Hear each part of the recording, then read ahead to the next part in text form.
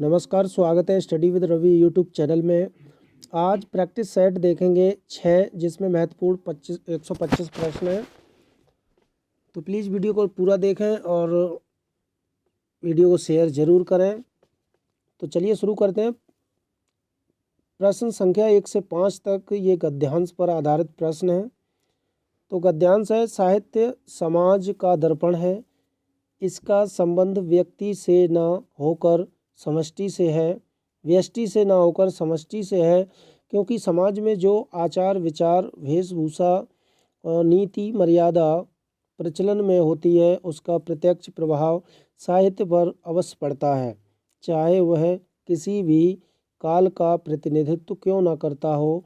इस प्रकार साहित्य सामाजिक उन्नति से प्रभावित भी होता है और सामाजिक उन्नति को प्रभावित करने की भी सामर्थ्य रखता है। विद्वानों ने इस संदर्भ में कहा है कि साहित्य संगीत कला विहीन साक्षात पशु पुच्छ विषाणहीन। वोल्टेयर ने साहित्य को समाज का आदर्श गुरु माना है, जो अपने मार्गदर्शन से प्रत्येक आयु वर्ग के व्यक्ति को एक आदर्श मार्ग दिखलाता है। जब तक साहित्य में समाज का स्पंदन होता रहता है, वह अमर एवं सजीव साहित्य कहलाता है। किंतु जिस साहित्य में अश्लीलता, काल्पनिकता एवं अव्यवहारिकता है, वह साहित्य समाज का सच्चा प्रतिनिधित्व नहीं करता।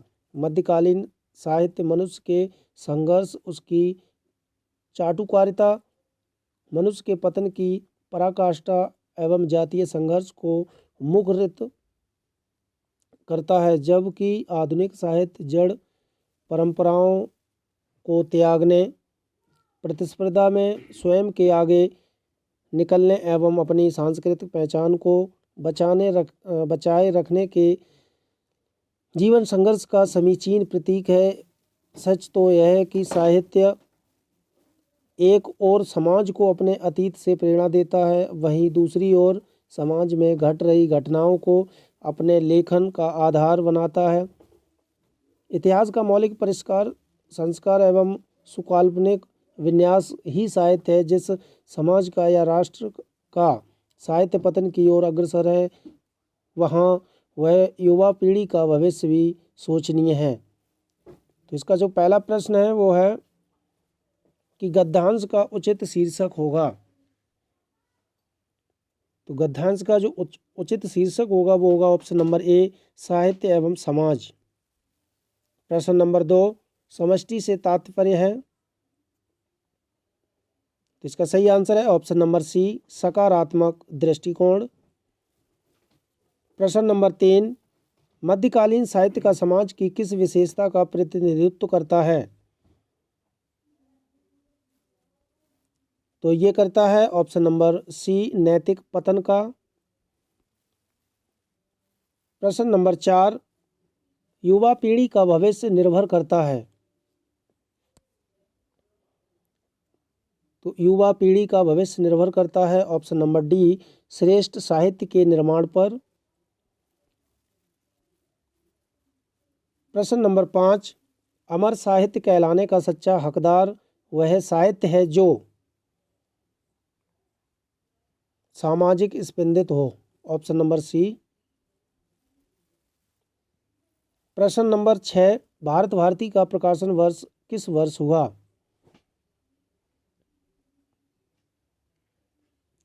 तो इसका सही आंसर है ऑप्शन नंबर ए, 1912 ईस्वी में इसका जो प्रकाशन वर्ष है भारत भारती का वो हुआ है।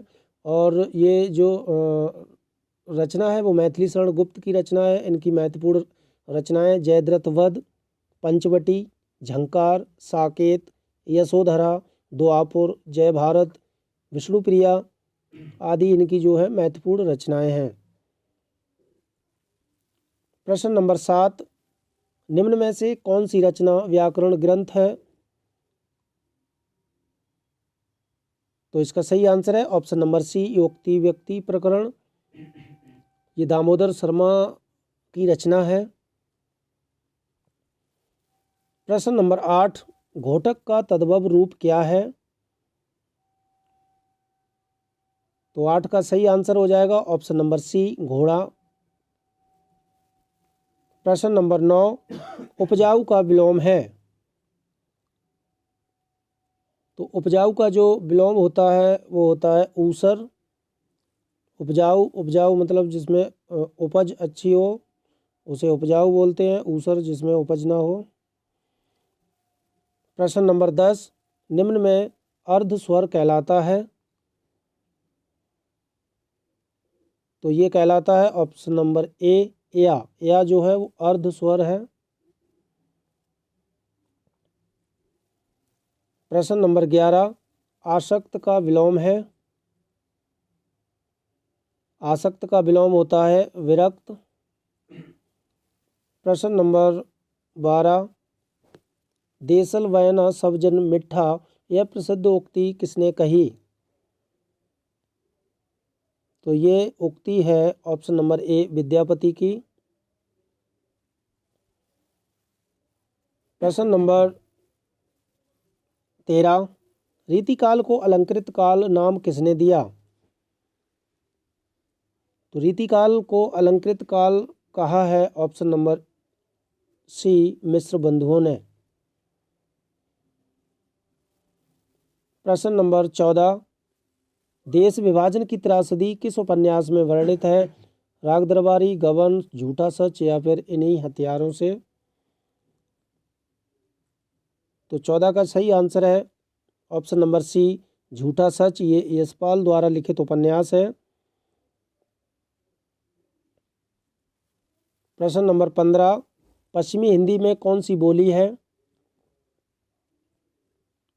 तो पश्चिमी हिंदी में इनमें से जो बोली है वो है ऑप्शन नंबर बी, कन्नौजी।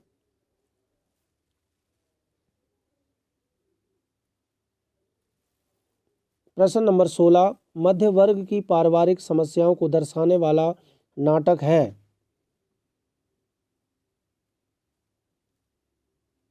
तो ये है आधे अधूरे, मोहन राकेश का नाटक है ये।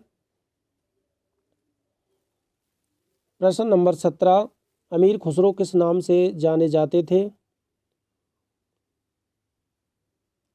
तो इसका सही आंसर है तूतिए हिंद। प्रश्न नंबर 18, जो अधिक बोलता है उसे कहते हैं? जो अधिक बोलता है उसे कहते हैं वाचाल। Option number D is right answer. प्रश्न नंबर 19, राजभाषा आयोग के प्रथम अध्यक्ष कौन थे?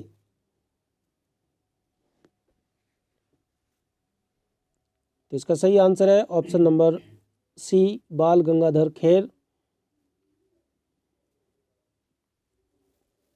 प्रश्न नंबर 20, अहेतुक का शुद्ध रूप है। तो अहेतुक का जो शुद्ध रूप होगा वो होगा ऑप्शन नंबर बी, अहेतुकी।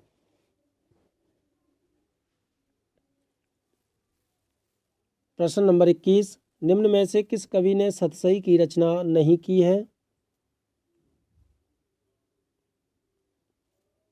तो इसका सही आंसर है ऑप्शन नंबर डी, वृंद कवि ने सतसई की रचना नहीं की। मतीराम सेनापति बिहारी इन्होंने सतसई की रचना की। प्रश्न नंबर 22, जो शीघ्र ही किसी बात या युक्ति को सोच ले उसे कहेंगे? तो 22 का सही आंसर है ऑप्शन नंबर सी, प्रत्युत्पन्नमति। प्रश्न नंबर 23, निम्नलिखित में से द्वंद्व समास बताइए। तो इनमें से जो द्वंद्व समास है वो है पाप और पुण्य, पाप पुण्य में। प्रश्न नंबर 24, अंजो दीदी किस विधा की रचना है? तो इसका सही आंसर है अंजो दीदी जो है वो एक नाटक है। ये उपेंद्र नाथ अस्क का नाटक है। इनके अन्य जो नाटक हैं वो है स्वर्ग की झलक, छठा बेटा, अलग अलग रास्ते, अंधी गली, कैद उड़ान, जय पराजय आदि इनके महत्वपूर्ण नाटक हैं उपेंद्र नाथ अश्क के। प्रश्न नंबर 25,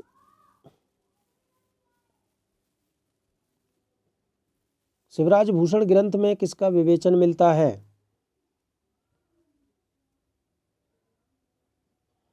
तो शिवराज भूषण में जो है अलंकार का विवेचन मिलता है, इसमें 105 अलंकार के लक्षण और उदाहरण हैं।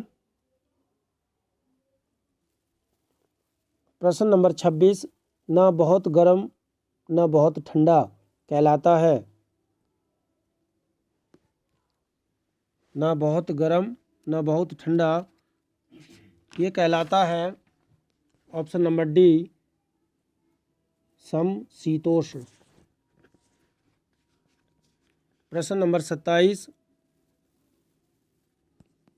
भाषा की सार्थक लघुत्तम इकाई है शब्द, पद, ध्वनि या वाक्य? तो भाषा की सार्थक लघुत्तम इकाई है ऑप्शन नंबर ए, शब्द। प्रश्न नंबर 28, निम्न में से कौन किसके लिए प्रसिद्ध नहीं है? तो 28 का सही आंसर है ऑप्शन नंबर डी, वक्रोक्ति के लिए क्षेमेंद्र। ये सही नहीं है। वक्रोक्ति के लिए जो है वो है कुंतक। बाकी उपमा के लिए कालिदास हैं, करुण के लिए भभूति और अलंकार के लिए भामह। प्रश्न नंबर 29, महाप्राण ध्वनियाँ व्यंजन वर्ग में किससे संबंधित हैं? पहला दूसरा तीसरा या दूसरा चौथा या पहला चौथा? तो 29 का सही आंसर है ऑप्शन नंबर सी, दूसरा और चौथा महाप्राण ध्वनियाँ होती हैं। प्रश्न नंबर 30, सर्वेश्वर दयाल सक्सेना की नाट्य कृति का नाम है? तो इसका सही आंसर है ऑप्शन नंबर डी, बकरी। प्रश्न नंबर 31, निम्न में से दलित आत्मकथा नहीं है?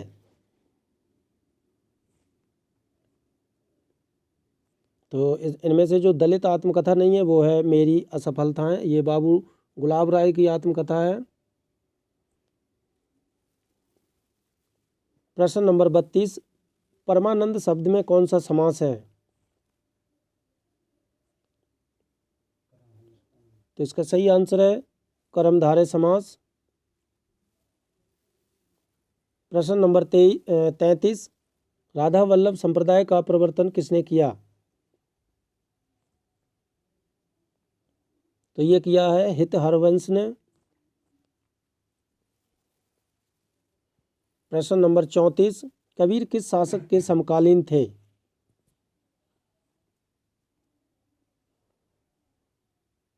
तो इसका सही आंसर है option number C, Sikandar Lodi के समकालीन थे कबीर। प्रश्न नंबर 35, किस शब्द में अ उपसर्ग है? तो अ उपसर्ग है ऑप्शन नंबर ए में, अभिमान।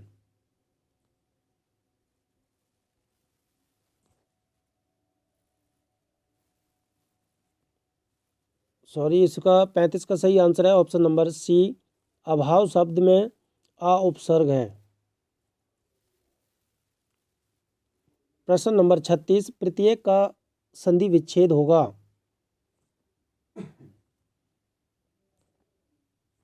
तो प्रत्येक का संधि विच्छेद होगा वो होगा ऑप्शन नंबर बी, प्रति धन एक।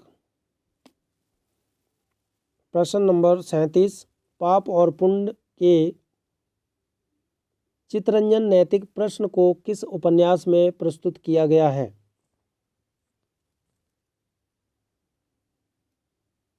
तो ये किया गया है आखिरी दांव में।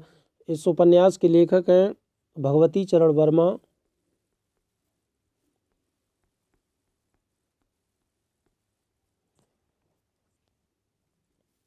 प्रश्न नंबर 38, सूरदास किस उपन्यास का चर्चित पात्र है?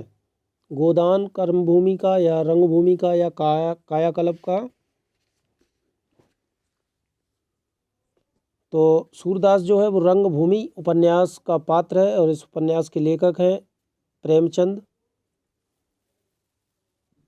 प्रश्न नंबर 39, अरुण यह मधुमय देश हमारा, यह किसने कहा? ध्रुव स्वामिनी, देवसेना, कार्नेलिया ने या मधुलिका ने?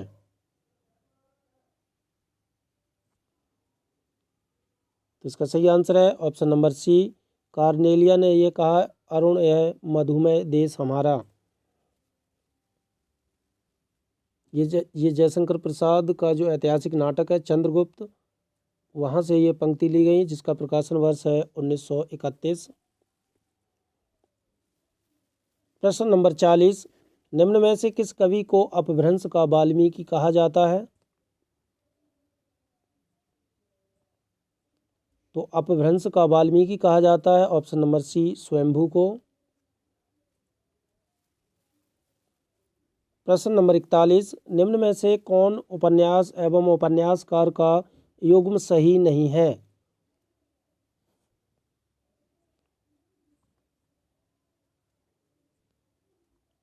तो इसका सही आंसर है ऑप्शन नंबर डी, मुझे सूरज चाहिए। सुरेंद्र वर्मा का उपन्यास नहीं है ये। सुरेंद्र वर्मा का जो उपन्यास है वो है मुझे चांद चाहिए।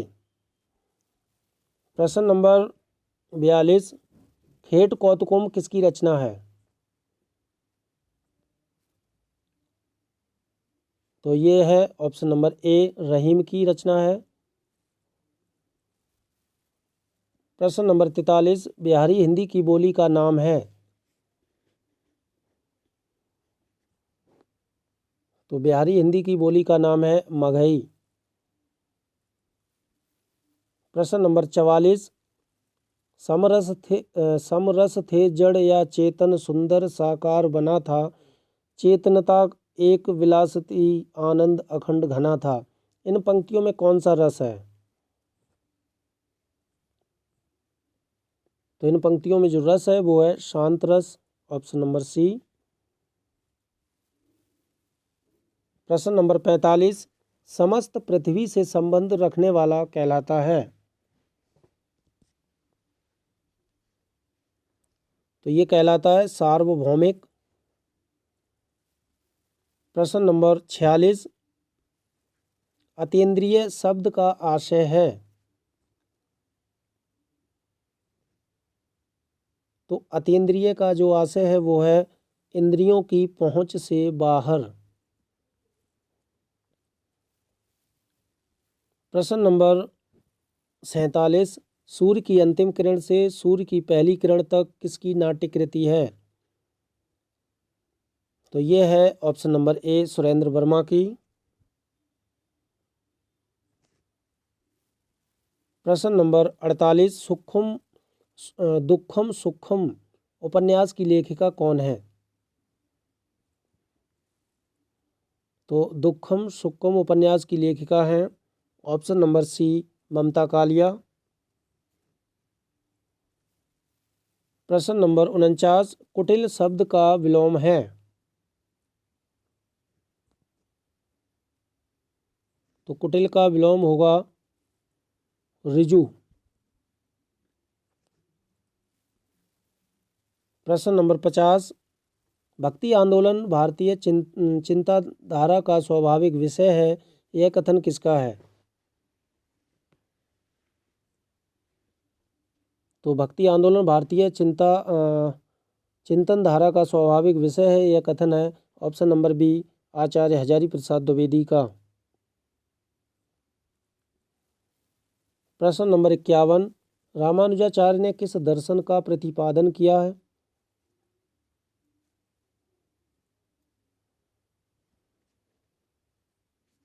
तो इसका सही आंसर है ऑप्शन नंबर सी, विशिष्टाद्वैतवाद का प्रतिपादन किया रामानुजाचार्य ने। और इनका जो समय रहा वो रहा 1017 ईस्वी से लेकर के 1127 ईस्वी तक।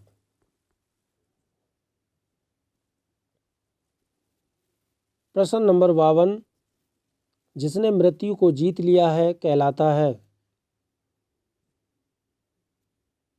तो जिसने मृत्यु को जीत लिया हो वह कहलाता है मृत्युंजय। प्रश्न नंबर 53, प्रबंध चिंतामणि के रचयिता का नाम है।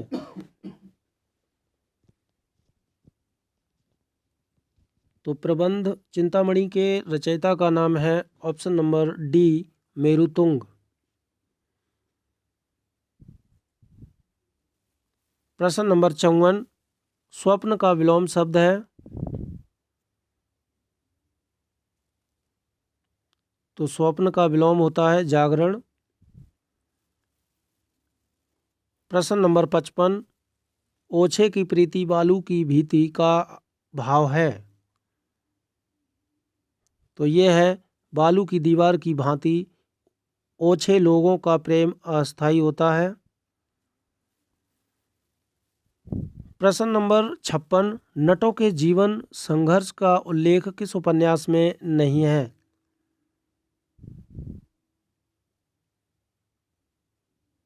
तो ये नहीं है सेवा सदन उपन्यास में। प्रश्न नंबर 57, निम्न में से कौन वर्णिक छंद है। तो इनमें से जो वर्णिक छंद है वो है ऑप्शन नंबर सी, सवैया।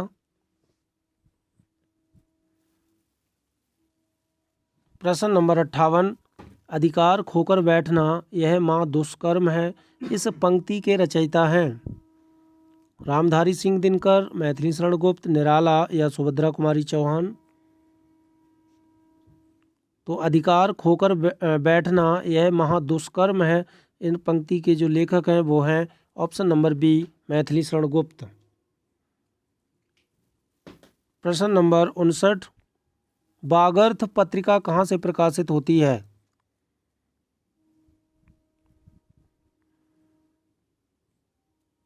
तो वागर्थ पत्रिका जो प्रकाशित होती थी वो होती है ऑप्शन नंबर डी, कोलकाता से।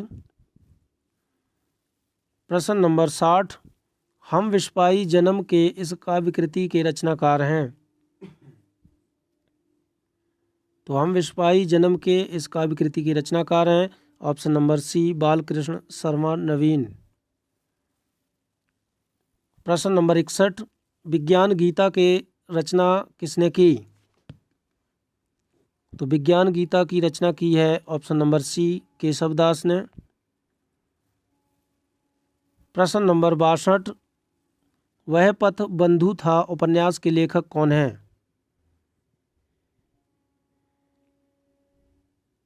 तो वह पथ बंधु था ये इस उपन्यास के लेखक हैं option number A, Naresh Mehta. प्रश्न नंबर 63, उदय प्रकाश द्वारा लिखित कौन सी कहानी नहीं है।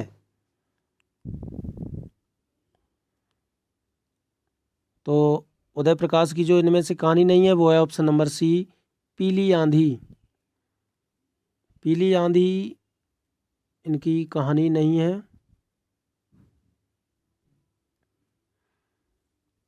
प्रश्न नंबर 64, निम्न में से कौन सी रचना एवं उनके रचनाकार का युग्म सही नहीं है। कविता कौमुदी रामनरेश त्रिपाठी, हिमक्रीटनी माखनलाल चतुर्वेदी, हल्दी घाटी श्याम नारायण पांडे, रसवंती सियाराम शरण गुप्त। ये गलत है। रसवंती जो है वो रामधारी सिंह दिनकर की रचना है। प्रश्न नंबर 65, निम्न में से प्रत्यय रहित शब्द है। तो इनमें से जो शब्द ऐसा है जिसमें प्रत्यय नहीं लगा है वो लगा नहीं है ऑप्शन नंबर बी, दुर्गुण में। प्रश्न नंबर 66, आह्वान का विलोम है।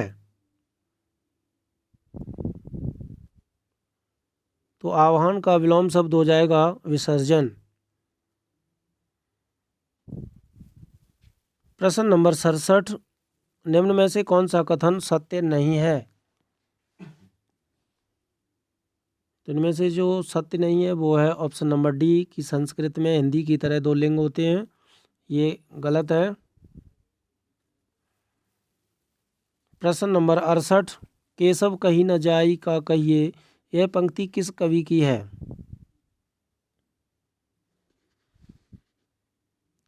तो यह पंक्ति है तुलसीदास की। प्रश्न नंबर 69, प्रत्यय रहित शब्द बताइए। मर्मज्ञ, वैज्ञानिक, कृपालु, अनुवाद।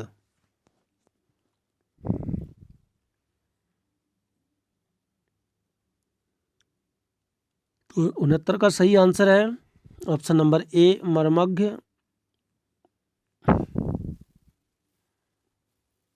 प्रश्न नंबर 70, कौन देशज प्रत्यय का उदाहरण नहीं है? फर्राटा, अड़ियल, उच्चतर, घुमक्कड़। तो इनमें से जो देशज प्रत्यय का उदाहरण नहीं है वो है ऑप्शन नंबर सी, उच्चतर।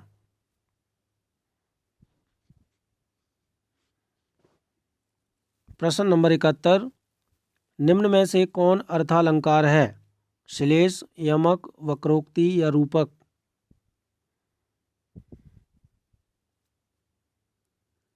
तो इसका सही आंसर है ऑप्शन नंबर डी, रूपक अलंकार जो है वो अर्थालंकार नहीं है। प्रश्न नंबर 72, ब्रजभाषा का क्षेत्र कौन नहीं है? धौलपुर, सरगुजा, मथुरा, आगरा। तो इसका सही आंसर है ऑप्शन नंबर बी, सरगुजा। प्रश्न नंबर 73, आदिकाल को बीज वपन काल नाम किसने दिया? तो आदिकाल को बीज वपन काल नाम दिया है आचार्य महावीर प्रसाद द्विवेदी ने। प्रश्न नंबर 74, किस शब्द में आ उपसर्ग नहीं है? आजन्म, आगमन, आकर्षक या आदरणीय। तो इसका सही आंसर है ऑप्शन नंबर डी, आदरणीय।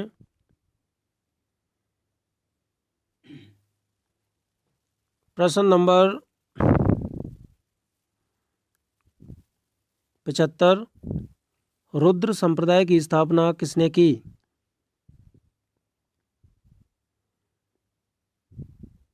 तो रुद्र संप्रदाय की स्थापना की है विष्णु स्वामी ने।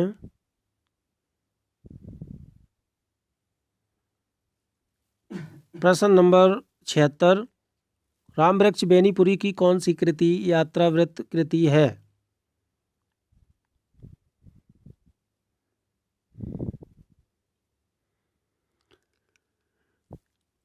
तो ये है ऑप्शन नंबर सी, पैरों में पंख बांधकर। ये राम वृक्ष बेनीपुरी का यात्रावृत्त है। प्रश्न नंबर 77, वल्लभाचार्य द्वारा रचित ग्रंथ का नाम है?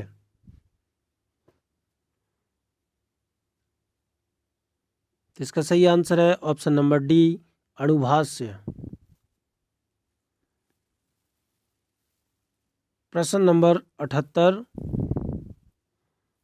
निम्न में से कौन सी रचना के रचनाकार का नाम सही नहीं है?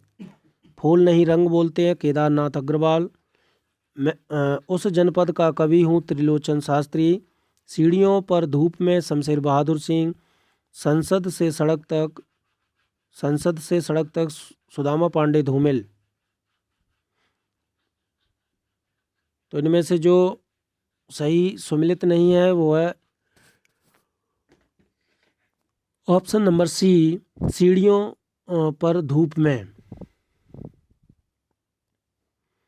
इसके जो लेखक हैं वो है रघुवीर साय।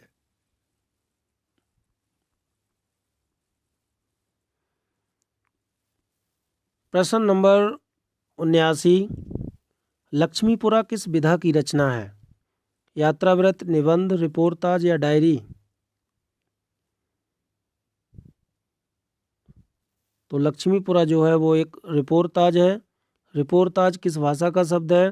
तो ये फ्रांसीसी भाषा का शब्द है।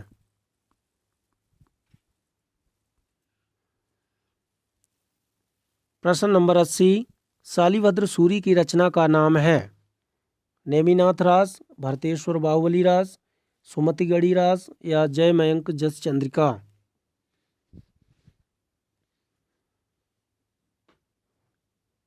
तो इसका सही आंसर है option number B, Bharateshwar Bahubali Raas. ये शालिभद्र सूरी की रचना है।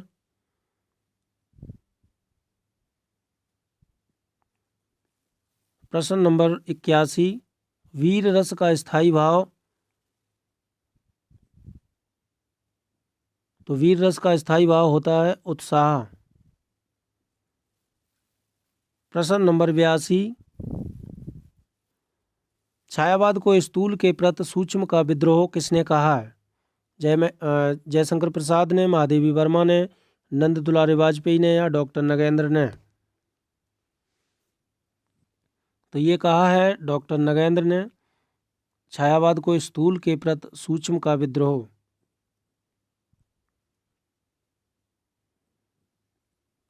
प्रश्न नंबर 83, निम्न में रचना और रचनाकार का युग्म सही नहीं है। काव्य निर्णय, भिखारीदास, रस रहस्य, कुलपति मिश्र, रसविलास, चिंतामणि, भावविलास, केशवदास। तो इनमें से जो सही सुमिलित नहीं है वो है ऑप्शन नंबर डी, भावविलास। ये केशवदास की नहीं है, ये देव की रचना है।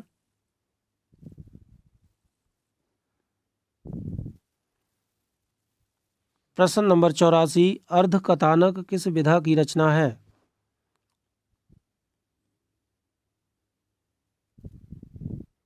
तो अर्ध कथानक जो है वो एक जीवनी है और इस जीवनी के लेखक हैं बनारसी दास जैन। प्रश्न नंबर 85, फणीश्वर नाथ रेणु की कौन सी कहानी है?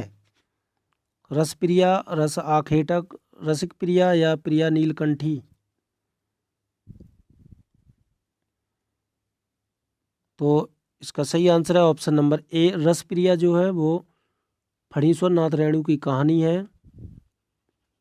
और इनकी महत्वपूर्ण कहानियां हैं तीसरी कसम, उर्फ मारे गए, गुलफाम, ठुमरी, अग्निखोर, आदिम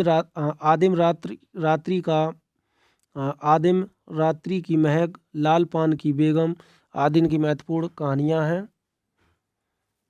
प्रश्न नंबर 86, साकेत महाकाव्य का सर्वाधिक मार्मिक सर्ग है? तो साकेत महाकाव्य का जो नौवां सर्ग है वो बहुत मार्मिक सर्ग है। प्रश्न नंबर 87, अल्मोड़े का बाजार किस विधा की रचना है? जीवनी, रिपोर्ताज, प्रगति, यात्रावृत्त? तो अल्मोड़े का बाजार ये प्रकाश चंद्र गुप्त की रचना है और इस रचना की जो विधा है वो है रिपोर्ताज।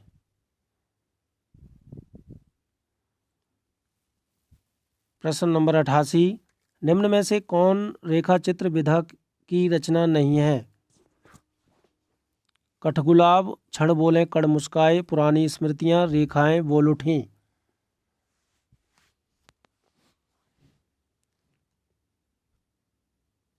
तो इसका सही आंसर है ऑप्शन नंबर ए, कठगुलाब।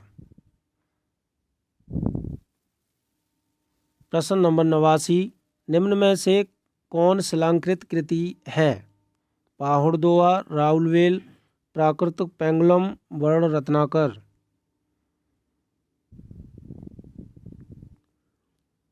तो इनमें से जो शिलांकृत कृति है वो है ऑप्शन नंबर बी, राउलवेल। प्रश्न नंबर 90, छीनी छीनी बीनी चदरिया किस उपन्यासकार की कृति है? तो झीनी झीनी बीनी चदरिया ये अब अब्दुल बिस्मिल्लाह की रचना है और ये क्या है, उपन्यास है। इसमें बनारस के बुनकरों के जीवन के बारे में उल्लेख किया गया है। प्रश्न नंबर 91, प्रबोध 50 ग्रंथ के रचयिता कौन है? रामानंद, कबीर, मतीराम, पद्माकर?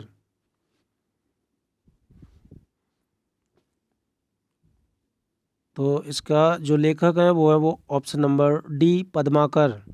पद्माकर की अन्य रचनाएं हिम्मत बहादुर बिरुदावली, पद्माभरण, जगत विनोद, गंगा लहरी, प्रताप सिंह बिरुदावली और कली 25। ये पद्माकर की महत्वपूर्ण रचनाएं हैं। प्रश्न नंबर 92, उद्योग का होगा। उद्योग का संधि विच्छेद है ऑप्शन नंबर ए उत्धन योग। प्रश्न नंबर 93, निम्न में से किस पत्रिका से संबंधित साहित्यकार नहीं है? नया ज्ञानोदय रविंद्र कालिया, पहल ज्ञान रंजन, तद्भव अखिलेश, दस्तावेज रामचंद्र तिवारी।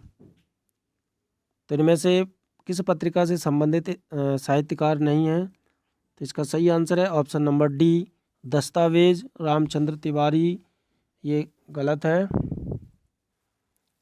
प्रश्न नंबर 94, कढ़ाई से गिरा चूल्हे में आ पड़ा का जो भाव है वो है ऑप्शन नंबर ए एक विपत्ति से छूटकर दूसरी में आ पड़ना। प्रश्न नंबर 95, प्रभु जी तुम चंदन हम पानी, इस पंक्ति के रचनाकार कौन हैं?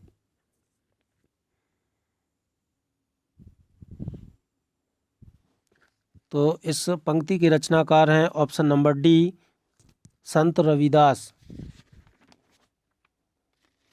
अगला प्रश्न है, कलश का पर्याय है।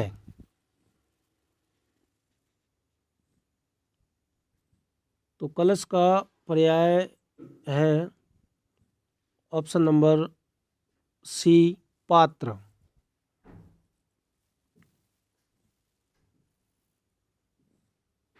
प्रश्न नंबर 97, नाटक के लिए रंगमंच होना चाहिए, रंगमंच के लिए नाटक नहीं, यह कथन किसका है?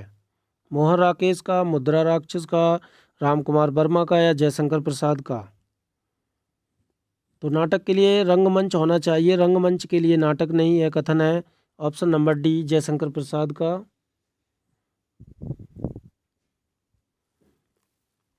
प्रश्न नंबर 98, सांप्रदायिक समस्या पर लिखा गया उपन्यास कौन सा है? तमस, वलचनमा, अपने अपने अजनबी, बूंद और समुद्र। तो इसका सही आंसर है ऑप्शन नंबर ए तमस। तमस के जो उपन्यास लेखक हैं वो हैं भीष्म साहनी। प्रश्न नंबर 99, प्रेम को पंथ कराल महा तलवार की धार पे धावनो है, इस पंक्ति के रचयिता हैं आलम, मतीराम, घनानंद या बोधा? तो प्रेम को पंथ कराल महा तलवार की धार पे धावनो है, इन पंक्ति के लेखक हैं ऑप्शन नंबर डी बोधा। प्रश्न नंबर 100, चंद्रिका का पर्याय है। तो चंद्रिका का जो पर्याय है, पर्यायवाची है, वो है कौमुदी। प्रश्न नंबर 101, आर्द्र का विलोम है। तो 101 का सही आंसर है आर्द्र मीन्स होता है गीला, शुष्क मीन्स होता है सूखा। तो इसका सही आंसर है शुष्क। प्रश्न नंबर 102, पुरुष शब्द का विलोम है। तो इसका सही आंसर है ऑप्शन नंबर डी कोमल। प्रश्न नंबर 103, जो मापा ना जा सके, इसका सही अर्थ है। इसका सही आंसर है ऑप्शन नंबर सी अपरिमेय। प्रश्न नंबर 104, संविधान के किस अनुच्छेद के अंतर्गत हिंदी को संघ की राजभाषा का दर्जा मिला? तो ये मिला है ऑप्शन नंबर ए अनुच्छेद 343 के अंतर्गत। प्रश्न नंबर 105, तटीय समाज से किसका संबंध था? केशव चंद्र सेन का, भारतेंद्र हरिश्चंद्र का, राजा राम मोहन राय का या फिर ईश्वर चंद्र विद्यासागर का? तो तटीय समाज से जो संबंध था वो था option number B Bharatendu Harishchandra का। प्रश्न नंबर 106, निराला किस पत्रिका से संबंधित नहीं थे? सुधा, इंदु, समन्वय, मतवाला। इसका सही आंसर है ऑप्शन नंबर बी, इंदु पत्रिका से निराला का कोई संबंध नहीं था। प्रश्न नंबर 107, भारतेंदु ने यात्रावृत्त संबंधी कौन सी रचना लिखी? तो भारतेंदु हरिश्चंद्र ने जो है यात्रावृत्त से संबंधित रचना लिखी है सरयू पार की यात्रा। प्रश्न नंबर 108, विभत्स रस का स्थायी भाव है शोक, विस्मय, जुगुप्सा, अद्भुत। तो विभत्स रस का स्थायी भाव है ऑप्शन नंबर सी, जुगुप्सा। प्रश्न नंबर 109, अंगद पैज की रचना किसने की?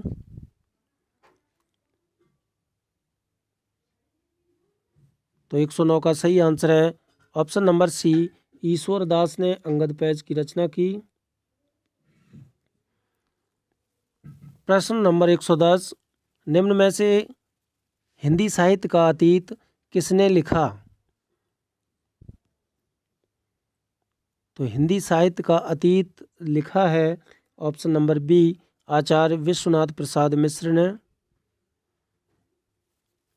प्रश्न नंबर 111, अथवा व्याकरण की दृष्टि है संधि, उपसर्ग, अन्वय या फिर अपव्यय, अव्यय। तो अथवा जो है वो है अव्यय, ऑप्शन नंबर डी। प्रश्न नंबर 112, साखी किस कवि का काव्य संग्रह है? तो साखी जो है वो विजय देवनारायण शाही का काव्य संग्रह है। इनकी महत्वपूर्ण काव्य संग्रह है मछली घर, लघु मानव के बहाने, हिंदी कविता पर एक बहस। अगला प्रश्न है, संपत्ति शास्त्र के लेखक का नाम है? तो संपत्ति शास्त्र के लेखक का नाम है ऑप्शन नंबर ए, आचार्य महावीर प्रसाद द्विवेदी। प्रश्न नंबर 114, अपने मुंह मियाँ मिट्ठू बनाना मुहावरे का अर्थ होता है ऑप्शन नंबर सी, अपनी प्रशंसा स्वयं करना। प्रश्न नंबर 115, जगन्नाथ में कौन सी संधि है? तो जगन्नाथ में जो संधि है वो है ऑप्शन नंबर डी, व्यंजन संधि। प्रश्न नंबर 116, मिश्र बंधु विनोद नामक हिंदी साहित्य के इतिहास लेखकों के नाम हैं? तो मिश्र बंधु विनोद में जो 3 लोग थे तो वो हैं option number B, Ganesh Bihari Mishra, Shyam Bihari Mishra और सुखदेव बिहारी मिश्र। प्रश्न नंबर 117, हिंदी अपने जन्म से ही ब्रज भाषा की प्रवृत्ति के साथ खड़ी बोली की प्रवृत्ति के लिए आई थी। ब्रजभाषा के हाथ में हाथ दिए खड़ी बोली उतरी, यह कथन निम्न में से किसका है? भारतेंदु हरिश्चंद्र का, आचार्य रामचंद्र शुक्ल का, या डॉक्टर सत्येंद्र का, या फिर डॉक्टर नगेंद्र का? तो यह कथन है ऑप्शन नंबर बी, आचार्य रामचंद्र शुक्ल का। प्रश्न नंबर 118, इनमें से कौन सा कथन असत्य है?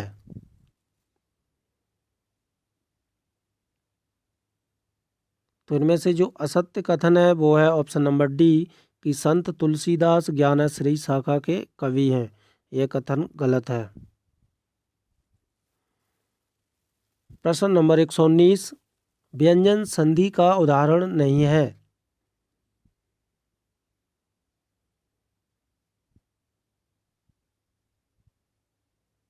तो इसका सही आंसर है ऑप्शन नंबर सी, गंगा उदकम, गंगोदकम। ये जो है व्यंजन संधि का उदाहरण नहीं है। प्रश्न नंबर 120,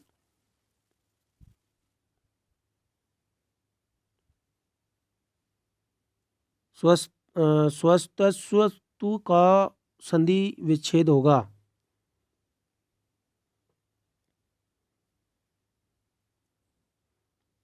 तो ये होगा ऑप्शन नंबर ए, स्वसित प्लस अस्तु।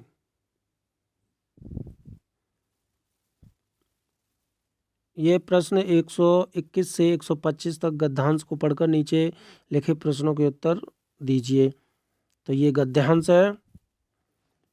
कुछ भी बन बस कायर मत बन, ठोकर मार पटक मत माथा, तेरी राह है रोकते पहाड़। कुछ भी बन बस कायर मत बन, ले देकर जीना क्या जीना, कब तक गम के आंसू पीना, मानवता ने तुझको सींचा, बहा युगों तक खून पसीना। तो ये गद्यांश था। अब इसका जो प्रश्न है वो है, कवि क्या करने की प्रेरणा दे रहा है। इस गद्यांश में कवि क्या करने की प्रेरणा दे रहा है। तो ये दे रहा है रुकावटों को ठोकर मारने की, ऑप्शन नंबर सी। प्रश्न नंबर 122, इन पंक्तियों में कायर का अर्थ है।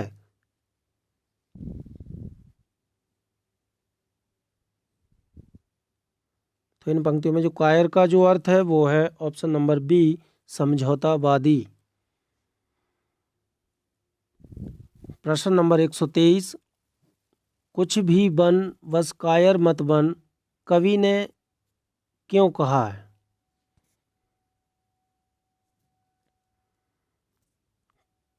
तो इसका सही आंसर है ऑप्शन नंबर सी, कायर मनुष्य का जीवन व्यर्थ है। प्रश्न नंबर 124, पाहण शब्द का पर्यायवाची है। तो पाहण शब्द का पर्यायवाची होता है ऑप्शन नंबर सी, पत्थर। प्रश्न नंबर 125 और ये लास्ट प्रश्न है, कवि के अनुसार किस प्रकार का जीवन व्यर्थ है। तो कवि के अनुसार जो जीवन व्यर्थ है वो है ऑप्शन नंबर बी, समझौतावादी जीवन जो है वो व्यर्थ होता है। तो ये थे महत्वपूर्ण 125 प्रश्न। प्रश्न अच्छे लगे तो प्लीज़ वीडियो को लाइक शेयर और चैनल को सब्सक्राइब जरूर करें। Thank you.